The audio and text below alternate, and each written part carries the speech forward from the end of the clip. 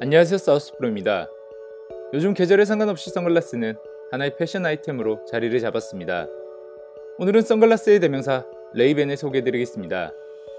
레이벤은 1920년대 미국 공군의 요청에 의해서 시작된 브랜드입니다. 항공 기술이 빠르게 발전하면서 전투기 조종사들은 전보다 높은 고도까지 비행을 할 수 있었습니다. 그러나 높은 고도에서 비행을 하는 조종사들은 강렬한 태양빛에 더 가까워지면서 두통과 고공병에 시달리는 경우가 많았습니다. 당시 미국 공군 중장인 존 머크리디는 콘택트 렌즈 전문 업체인 바슈롬에 자외선과 적외선을 막아줄 수 있는 선글라스 제작을 부탁했고, 태양광을 막을 수 있는 렌즈를 6년간 연구한 끝에 레이벤 안티 글레어라는 이름의 프로토타입 선글라스 개발에 성공합니다.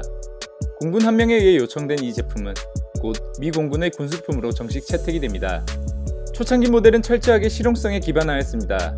안티 글레어는 시야 방해 없이 자외선과 적외선을 차단하기 위해 록셋 렌즈를 사용했고, 보이지 않는 사각지대가 없도록 잠자리 모양으로 디자인하였습니다.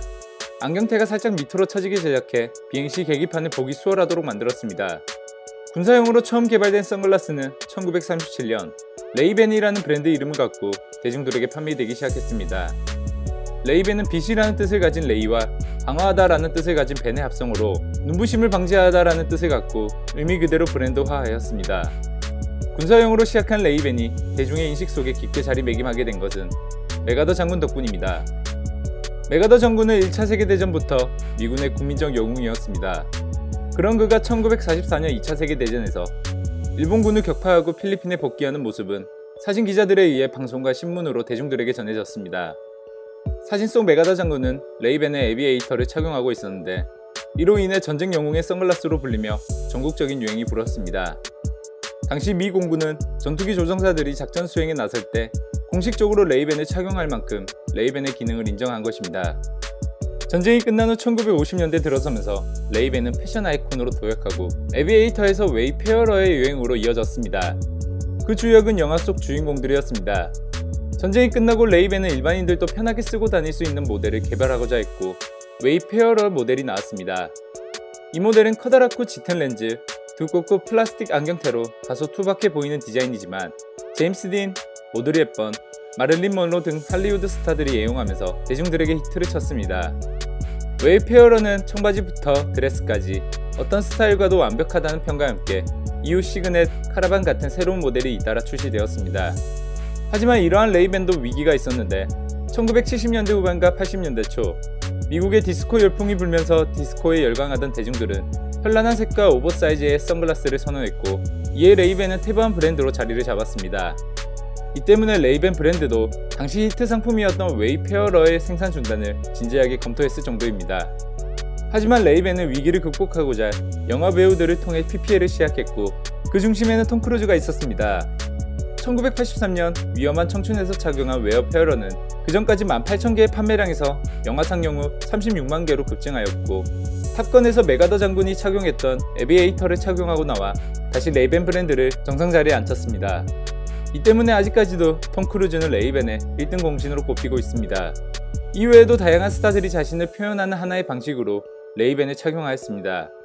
퍼스트 레이디인 제클리 케네디, 벤자민 버튼의 시간은 거꾸로 간다에서 브래드 피트, 맨인 블랙에서 윌 스미스, 마이클 잭스 등 다양한 셀럽들을 통해 레이벤을 봐온 대중들은 레이벤에 더욱 열광하게 되었습니다.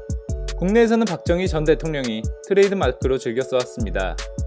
참고로 당시에는 레이벤이 아닌 라이방이라는 이름으로 불렸습니다.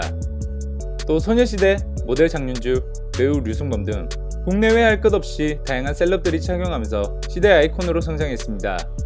레이벤은 1999년 이탈리아 아이웨어 대형 그룹인 룩소티카에 인수됩니다.